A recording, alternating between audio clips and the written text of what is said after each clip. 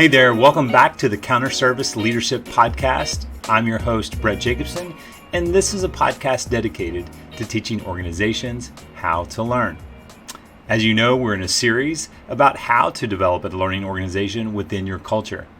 We've defined learning organization as an entrepreneurial, action-oriented organization committed to continuous innovation by optimizing curiosity, creativity, and experimentation, and transforming these new ideas into an impactful future. We started off with a very foundational step number one, which is to cultivate a culture of curiosity. Then we moved along the spectrum and talked about step two, which is about establishing a systematic design methodology by looking back to look forward and learning from the future as it emerges. And in last week's podcast, we talked about step three, about empowering an ecosystem of experimentation around prototyping, testing, and iteration. Understanding what your innovation intention is as you move forward. Well, today, step number 4 is about transferring new ideas into new behavior. So you've cultivated a culture where you're asking questions, you're exploring, you're investigating.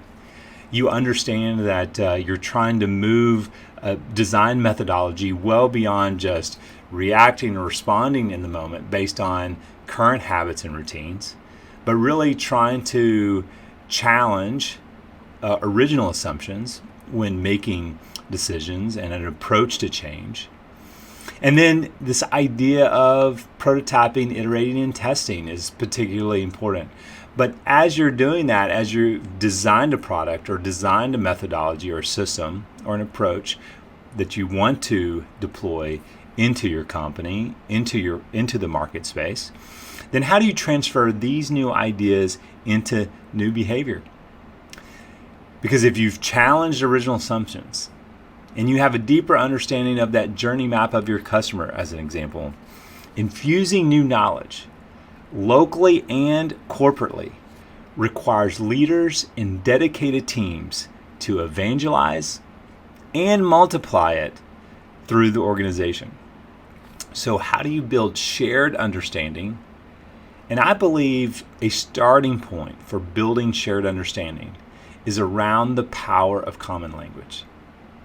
So from the beginning in developing a learning organization, as we talked about, it's not for the one or the few or a particular executive suite. It's for the many. It should be extended and permeates throughout your organization. So if that has been a part of a building block throughout this particular process, by the time you get to transfer new ideas into new behavior, you've started to establish some common language, maybe around your norms or around a system and process about how one makes a decision or how we deploy a new idea into the organization or even into the marketplace. And I wish I had stumbled across the power of common language even earlier in my career. Now over 25 years in working with organizations and companies, I truly believe that if a leader, an organization, really adopts a system of common language, it will allow you to transfer these new ideas actually into new behavior.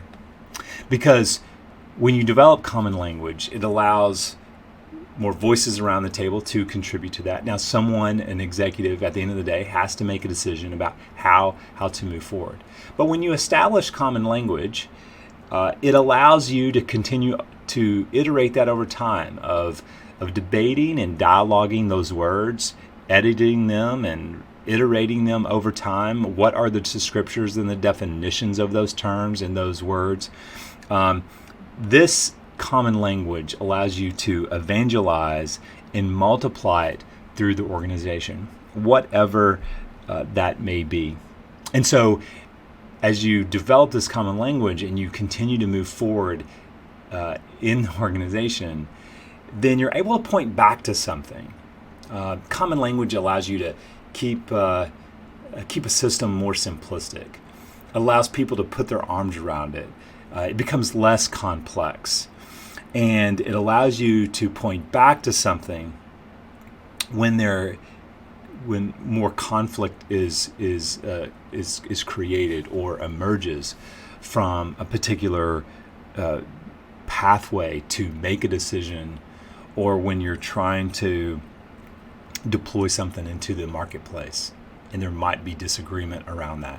How do you point back to some common language of, this is the way in which we've established to make a decision, or these are the norms upon how we operate and how we function on a daily basis? So the power of common language is very important, and in many ways it develops various pathways and provides layers of learning, training, and application. So the transfer of new ideas into new behaviors, I think first of all is around establishing some common language for what you're trying to do. But I think it's also important for leaders to recognize that there are multiple pathways, not a binary set of pathways or just one way of doing it. I believe that there are multiple pathways and layers regarding learning, training, and application.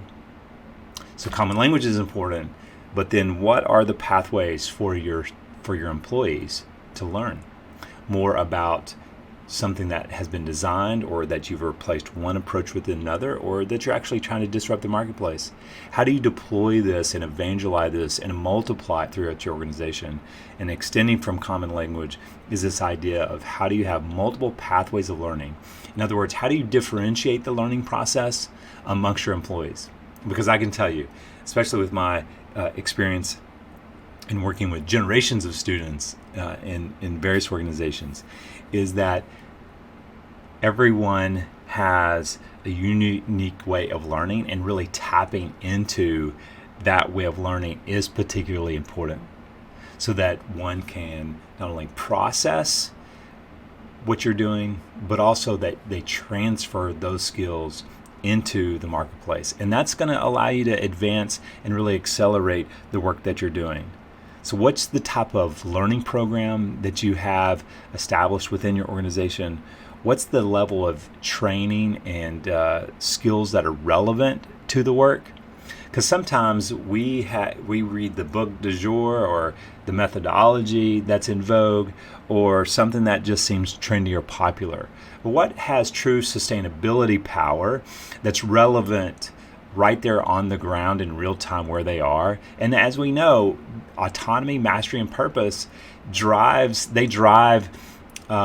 motivation and inspire employees to continue to find meaning and real purpose in the work that they're doing. And that can only be a huge benefit for you as a company. And then how do you allow employees to really understand the application of the change that you're trying to deploy?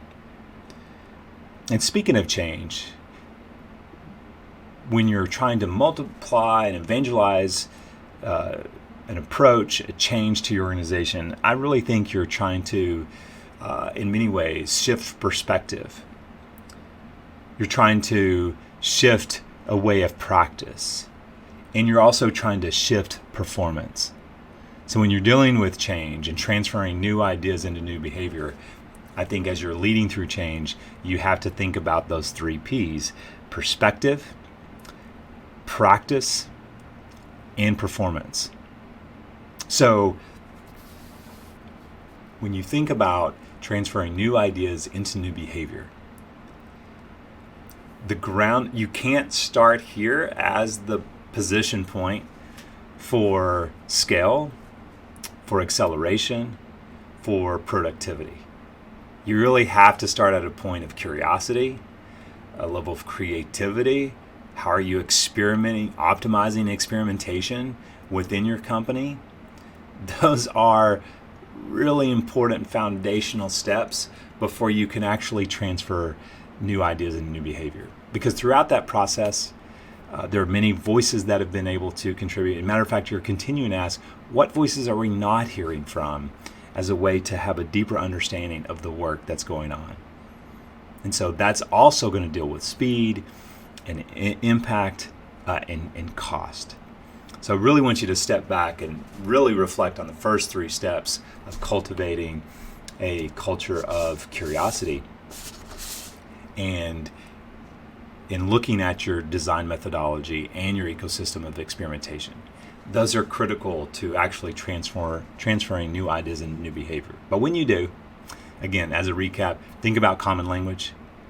Think about the multiple pathways that you're extending to learn, to train, to really apply on the ground in a relevant way. Also remembering that autonomy, mastery, and purpose really are drivers for inspiration and motivation for employees to really advance the work that you're doing.